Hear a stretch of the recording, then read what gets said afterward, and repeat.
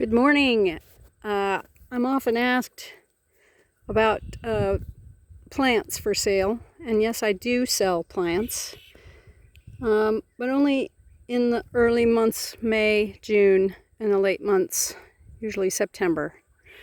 So I just wanted to show you my operation. I'm off-grid here at this farm, so I don't have a greenhouse with lots of fancy grow lights and heat mats and misting system.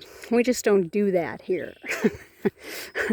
What I do have is gravel, and I always allow plants to seed out, which is just not cutting them. A lot of people ask me, do you have to cut your lavender? If you want bouquets, you do. If you want to dry some lavender, you got to cut it. And usually cut it when it's 3/4 of the way open. I think I've showed that in another video on my channel. And if you want baby plants, and these will put out thousands, you don't cut them and you let them go. Or you select particular plants you like the look of and you leave a few stems. Maybe you want to take some bouquets, but you always leave a few stems, which I tend to, that's how I actually usually do it. Right now I'm doing some select cutting of stems that have bloomed for a second time on royal velvet and hid coat, and a beautiful white one that I have in my crop. And I just want to show you, when I leave stems to go to seed, this is where your baby plants come from. And you can see all over how these baby plants they're not growing on the hump where I like my plants to grow, but they usually all get dug and brought to a farmer's market near you, like I said, in May. Oh my God, look how cute.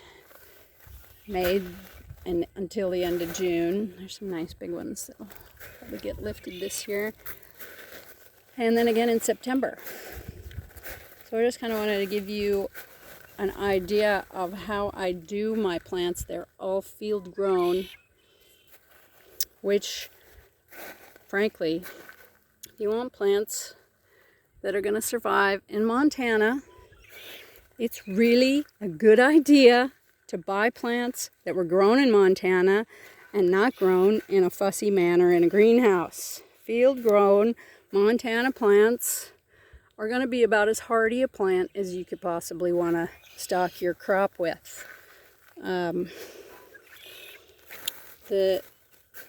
idea of buying a plant from over on the misty, moisture-laden coast is just, it's impossible to get those babies really toughened up. You can, and that's how I started, but gosh, if you can buy plants, and then you start making your own plants out of the ones that look the best, that survive the best.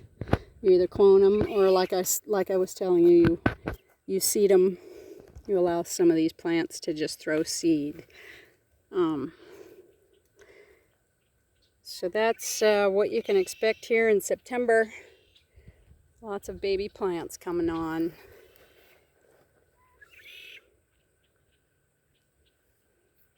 And I'll see you then. This is Lavender Lori signing out from the south end of the Mission Valley. Have a great day.